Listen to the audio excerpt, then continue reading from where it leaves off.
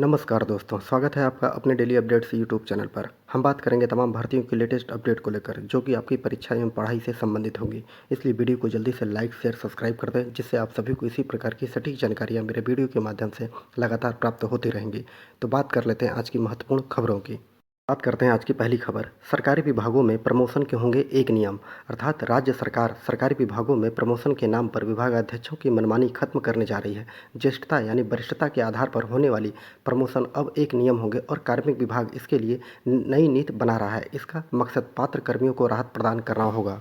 अभी नहीं है कोई स्पष्ट नियम, अर्थात ज्येष्ठता आधारित प्रमोशन के लिए स्पष्ट नियम नहीं है। इसके चलते विभागीय स्तर पर होने वाले प्रमोशन के लिए अलग अलग मानक अपनाए जाते हैं। एक रूपता न होने की वजह से प्रमोशन में विसंगतियां होती रहती हैं और इसी कारण मामला कोर्ट चला जाता है। इसीलिए प्रतिकूल प्रविष्टियों एवं लघु एवं बृहद दंड दिए जाने की स्थिति में चयन समितियों के समक्ष प्रतिकूल तथ्यों के आधार पर फैसले लेने वाले आने वाली कठिनाइयों को ध्यान में रखते हुए प्रमोशन संबंधी कार्रवाई को पारदर्शी बनाने के उद्देश्य से नए मानक जल्द ही जारी किए जाएंगे। नई नीति बनाने के संबंध में काम शुरू हो चुका है। कार्मिक विभाग ने अपनी 100 दिन की कार्य योजना में इसे शामिल कर लिया है और नीति बनाने की दिशा में काम शुरू कर दिया है। इसमें यह निर्धारित किया जा रहा है कि प्रमोशन के लिए छोटे मोटे दंडों के आधार पर जो प्रमोशन है उसको नहीं रोकी जाएगी और कुछ शर्तों के साथ राज्यकर्मी को जो प्रमोशन दे दी जाएगी। कार्मिक विभाग का मानना है कि प्रस्तावित मार्गदर्शी सिद्धांत के लागू होने के बाद विभागीय चयन समितियों द्वारा फैसला लेने में आसानी होगी।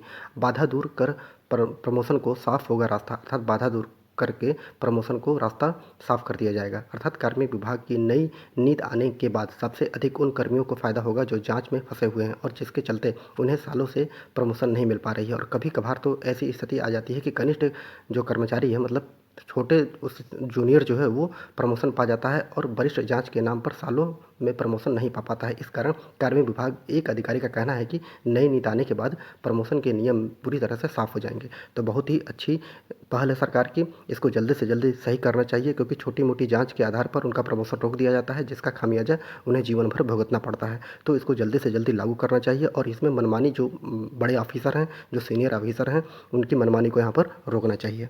एक खबर है, जेईई समेत 1770 पदों पर नियुक्तियां 6 माह में की जाएंगी। अर्थात ग्रामीण अभियंत्रण विभाग द्वारा वर्ष 2018 से 2021 के बीच उत्तर प्रदेश लोक सेवा आयोग एवं अधीनस्थ सेवा चयन आयोग को 1770 पदों पर भर्ती के लिए अधियाचन भेजने के बावजूद नियुक्तियां नहीं हो पाई हैं। आवेदकों के साथ ही विभाग भी भर्ती प्रक्रिया को आगे बढ़ाने एवं पूरी होने का इंतजार कर रहा है। सरकार को भेजे गए कार्य योजना में विभाग के अगले 6 महीने के अंदर अधियाचन के सापेक्ष नियुक्तियां कराए जाने के प्रयास को प्रमुखता से शामिल कर लिया गया है। अधियाचन में दिए गए पदों की भर्तियां पूरी हो जाने पर ग्रामीण अभियंत्रण विभाग में बहुत हद तक अवर अभियंतक, सहायक अभियंतक एवं लिपिक संवर्ग के कर्मियों की कमी दूर हो जाएगी, जिससे यहाँ विभागीय कार्यों में तेजी आएगी और वहीं तमाम युवाओं को रोजगार से जुड़ पाएंगे। अर्थात 100 दिनों के अंदर लिपीय संवर्ग के रिक्त 55 पदों की अधियाचन भेजे जाएंगे। अब देखना है कि 55 लिपीय संवर्ग के रिक्त पदों के लिए अधियाचन भेजे जाएंगे और 2018 से 21 के बीच भेजे गए अधियाचनों पर नियुक्ति की तैयारी हो रही है। विभाग ने 6 माह की कार्य योजना तैयार कर ली, अर्थात विभाग ने आगामी 6 माह की कार्य योजना तैयार कर ली है, जिसमें रोजगार सृजन को प्रमुखता से लिया गया है। लिखा गया है कि विभाग में रिक्त जो राजपत्रित और अराजपत्रित पदों पर सीधी भर्तियों में सहायक अभियंता एवं जो अवर अभियंता एवं लिपिक संवर्ग के पदों पर भेजे गए अधियाचन के सापेक्ष नियुक्त कराए जाने का प्रयास तेजी से होगा। इस दौरान लिपिक के रिक्त जो हैं 30 पदों का अधियाचन भी आयोग को भेजा जाएगा और विभाग में लिखा है कि रिक्त पदों पर नियुक्तियां हो जाने पर रोजगार सृजन होगा और विभागीय कार्यक्षमता बढ़ेगी। नियुक्तियां ही हो जाने के विकास कार्यों में तेजी आएगी, जिससे कि आमजन को लाभ पहुंचेगा। तो आप लोग देख पा रहे हैं कि जब से योगी जी सरकार बना ली है दोबारा, उसके बाद सभी विभागों में तेजी से नियुक्तियों का दौर जो है चलता आ रहा है। तो अब देखते हैं कि 100 दिनों में क्या, जिस प्रकार योगी जी ने बोला था कि 100 दिनों में हम अधिक से अधिक रोजगार देंगे, अर्थात 20,000 रोजगार हमें सरकारी देना है, तो क्या ये योजना जो है कार्यरूप वास्तव में ले पाएगी कि नहीं ले पाएगी, अब ये 100 दिन के बाद ही देखना है। लेकिन अभी देख रहे हैं सभी विभाग जो है एक्टिव हो चुके हैं और वो अपने यहाँ जितने भी खाली पद हैं उसके लिए विज्ञापन जल्दी से जल्दी निकालने की कोशिश कर रहे हैं। जब तक विज्ञापन ना आ जाए, तब तक नियुक्त ना हो जाए, कि आप सभी को पता है कि उत्तर प्रदेश की सभी भर्तियां कहीं ना कहीं कोर्ट में जाकर फंस जाती हैं। अगर बिना कोर्ट के ही ये सभी नियुक्तियां हो जाती हैं तो ये उत्तर प्रदेश सरकार की बहुत बड़ी उपलब्धि गिनी जाएगी। अगली खबर है एमएलसी चुनाव में 98.11% वोट पड़े, भाजपा सपा में मुकाबला है। अर्थात स्थानीय निकाय प्राधिकार क्षेत्र से विधान परिषद के रिक्त 36 सीटों में से 27 सीटों पर शनिवार को शांतिपूर्ण मतदान संपन्न हुआ। सुबह 8 बजे से शाम 4 बजे तक चले इस मतदान में 98.11% वोट पड़े। वाराणसी सीट के लिए हुए मतदान में सबसे ज़्यादा 99.1% वोट पड़े थे। गोरखपुर महाराष्ट्र सीट पर मुख्यमंत्री योगी आदित्यनाथ ने गोरखपुर में मतदान किया और शनिवार को हुए इस मतदान की गणना 12 अप्रैल को होगी। इन 36 सीटों में से 8 सीटों पर भाजपा के 9 उम्मीदवार पहले ही निर्विरोध चुनाव जीत चुके हैं। इनमें से लखीमपुर खीरी से आप लोग देख सकते हैं कि अब विधान परिषद के चुनाव होने वाले हैं और जिसके द्वारा एमएलसी का चुनाव बहुत ही इम्पोर्टेंट महत्व रखता है। तो इस प्रकार अब आप लोग देखिए कि इसमें से कितनी सीटें भाजपा जीतती है और कितनी सीटें सपा। ये खबर है असिस्टेंट प्रोफेसर भर्ती से संबंधित, अर्थात नई भर्ती जुलाई के बाद ही आ पाएगी। रिक्त पदों का ब्यौरा एकत्र करने में जुटा निदेशालय, पुरानी भर्ती पूरी करने में व्यस्त है अफसर। प्रदेश के अशासकीय सहायता प्राप्त महाविद्यालयों में असिस्टेंट प्रोफेसर के नए पदों पर भर्ती की प्रक्रिया जुलाई के बाद शुरू होने की उम्मीद है। उच्च शिक्षा निदेशालय की ओर से सभी क्षेत्रीय उच्च शिक्षा अधिकारियों के रिक्त पदों का ब्यौरा मांगा गया है और ब्यौरा इकट्ठा होने के बाद निदेशालय की ओर से उत्तर प्रदेश उच्चतर शिक्षा सेवा आयोग को रिक्त पदों का ब्यौरा भेजा जाएगा। इन विज्ञापन अर्थात इन दिनों विज्ञापन संख्या 50 के तहत असिस्टेंट प्रोफेसर की भर्ती प्रक्रिया चल रही है, जो कि 19 जुलाई को पूरी होगी। इसके बाद ही नई भर्ती प्रक्रिया शुरू हो पाएगी। तो आप लोगों को पता है कि अभी 3 से 4 महीने अभी लगने हैं नई प्रोफेसर भर्ती आने में, क्योंकि अभी जो पुरानी प्रोफेसर भर्ती है उसका इंटरव्यू और उसके पेपर हो रहे हैं लगातार। जब तक वो कंप्लीट नहीं हो जाती, जब तक उनको कॉलेज में नियुक्ति पत्र नहीं दे दिया जाता है, जब तक वो ज्वाइन नहीं कर लेते हैं, तब तक नई भर्ती की कोई उम्मीद नहीं है। लेकिन हाँ, अभी से ही अधियाचन के लिए उच्चतर शिक्षा सेवा आयोग जो है वो तैयार हो चुका है। आप लोगों का अधियाचन अभी से ही मंगवाया जाएगा और उसके बाद ही जुलाई में कहीं जाकर आप लोगों का नई वैकेंसी जारी, विज्ञापन उसका जारी हो पाएगा। तो इसलिए आप लोग अभी से ही अपना सिलेबस देखकर तैयारी करना शुरू कर दीजिए, क्योंकि योगी सरकार जो है लगने में तो यही लग रहा है कि इस 100 दिनों में ये बहुत ही ज़्यादा काम करने वाली है। तो इसलिए आप लोग अपनी तैयारी भरपूर रखिए। जुलाई में नई असिस्टेंट प्रोफेसर भर्ती का विज्ञापन कभी भी आ सकता है। अगली खबर लोक सेवा आयोग से है। 2 चरणों में होगी स्टाफ नर्स परीक्षा, अर्थात प्रयागराज और लखनऊ में 38 केंद्रों पर आज होगी प्रारंभिक परीक्षा।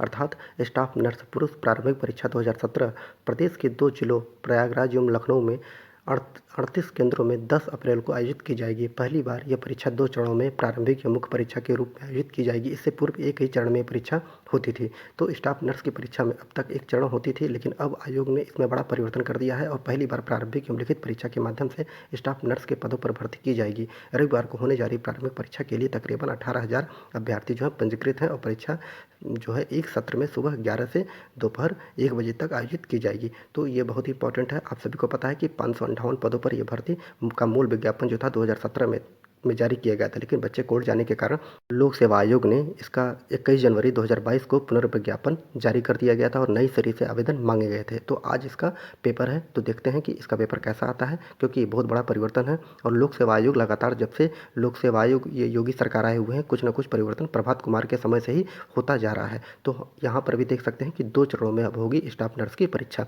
बहुत ही अच्छी खबर है। अब देख लेते हैं पेपर कैसा आएगा शाम को। अगली महत्वपूर्ण खबर, शिक्षकों को इलाज के लिए मिलेंगे 2.5 लाख रुपए, अर्थात दुर्घटना होने पर 1 लाख रुपए की मिलेगी आर्थिक सहायता। राज्य विश्वविद्यालय एवं संगठक महाविद्यालयों के शिक्षकों को बड़ी राहत। प्रोफेसर राजेंद्र सिंह राज्य महाविद्यालय एवं इसके संगठक महाविद्यालयों के शिक्षकों के लिए राहत बड़ी खबर है और शिक्षकों को अब गंभीर बीमारियों के इलाज के लिए 2.5 लाख रुपए आर्थिक सहायता प्रदान की जाएगी। इसके लिए शिक्षक कल्याण कोष का गठन कर दिया गया है, जिसे शिक्षक कल्याण कोष अनुदान नियमावली का नाम दिया गया है। अर्थात शिक्षक कल्याण कोष से आर्थिक सहायता के पात्र केवल विश्वविद्यालय परिषद एवं संबंध महाविद्यालय के मौलिक पद पर कार्यरत नियमित शिक्षक एवं स्व वित्त पोषित महाविद्यालयों के वह शिक्षक होंगे जिनकी विश्वविद्यालय द्वारा अनुमोदित सेवा जो है अवधि 5 वर्ष होगी। अर्थात अब जो होगा, अब शिक्षक जो भी होंगे उनके राज्य विश्वविद्यालय के जो भी शिक्षक होंगे उनको अगर दुर्घटना होती है तो 1 लाख रुपए कानूनी सहायता दी जाएगी। तो बहुत ही अच्छी खबर है कि अब इनके लिए भी सरकार सोच विचार कर रही है। अर्थात अखिलेश कुमार सिंह जो कुलपति प्रोफेसर राजेंद्र हैं, वो उन्होंने बोला है कि राज्य विश्वविद्यालय एवं संबंध महाविद्यालयों में शिक्षकों के इलाज कराने एवं दुर्घटना होने पर या आकस्मिक मृत्यु होने पर आर्थिक सहायता प्रदान करने के लिए शिक्षक कल्याण कोष, अर्थात इसके लिए एक अलग से शिक्षक कल्याण कोष का गठन किया गया है और नई व्यवस्था लागू कर दी गई है। इस प्रकार कोई भी इलाज कराने के लिए या दुर्घटना होने पर या आकस्मिक निधन होने पर उनको आर्थिक सहायता 1 लाख रुपए की दी जाएगी। और इसके लिए क्या गठन किया गया है, इसके लिए महत्वपूर्ण चीज़ है कि शिक्षक कल्याण कोष का गठन किया गया है और उसी से ही उनको 1 लाख रुपए प्रदान किए जाएंगे। अगली खबर है उत्तर प्रदेश में जो बोर्ड की परीक्षाएं हो रही हैं उसमें 9,312 ने छोड़ी सामाजिक विज्ञान की परीक्षा। अर्थात जिले में हाई स्कूल की सामाजिक विज्ञान की परीक्षा के लिए कुल 93,582 विद्यार्थियों पंजीकृत थे, जिसमें से 9,312 विद्यार्थियों ने परीक्षा छोड़ दी है। इस प्रकार लगातार उत्तर प्रदेश में आप लोग देख रहे होंगे कि विद्यार्थी पेपर छोड़ते जा रहे हैं, क्योंकि उनका तैयार नहीं है और वो नकल के भरोसे थे, जो कि अब हो नहीं रहा है। सरकार कड़े कानून बनाकर ले आई हुई है कि अगर नकल करते हुए पकड़ा गया या नकल कराते हुए पकड़ा गया, उनके खिलाफ कानूनी कार्रवाई की जाएगी। तो बहुत ही अच्छी खबर है कि जो विद्यार्थी नहीं पढ़े हैं, कम से कम वो दूसरी बार अगले साल पढ़कर अच्छे से तैयारी करके अपना पेपर देंगे और अपने दम पर परीक्षा पास करेंगे।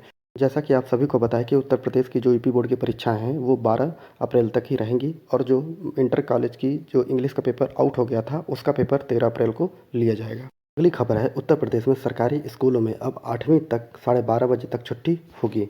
प्रदेश सरकार ने बढ़ती गर्मी को देखते हुए बेसिक शिक्षा परिषद के प्राथमिक एवं उच्च प्राथमिक विद्यालयों में समय में बदलाव किया है। अब कक्षा 1 से 8 तक के परिषदीय स्कूलों में सुबह 7:30 से दोपहर 12:30 बजे तक के बीच में पढ़ाई की जाएगी और 12:30 बजे छुट्टी कर दी जाएगी। तो इस प्रकार अब स्कूलों के टाइम में परिवर्तन सरकार ने कर दिया है गर्मी को देखते हुए। अगर वीडियो आप लोगों को अच्छा लगा हो तो वीडियो को लाइक शेयर सब्सक्राइब जरूर करें, और इसी प्रकार की सटीक जानकारी आप लोगों को मेरे वीडियो के माध्यम से लगातार प्राप्त होती रहेंगी। पूरा वीडियो देखने के लिए बहुत बहुत धन्यवाद।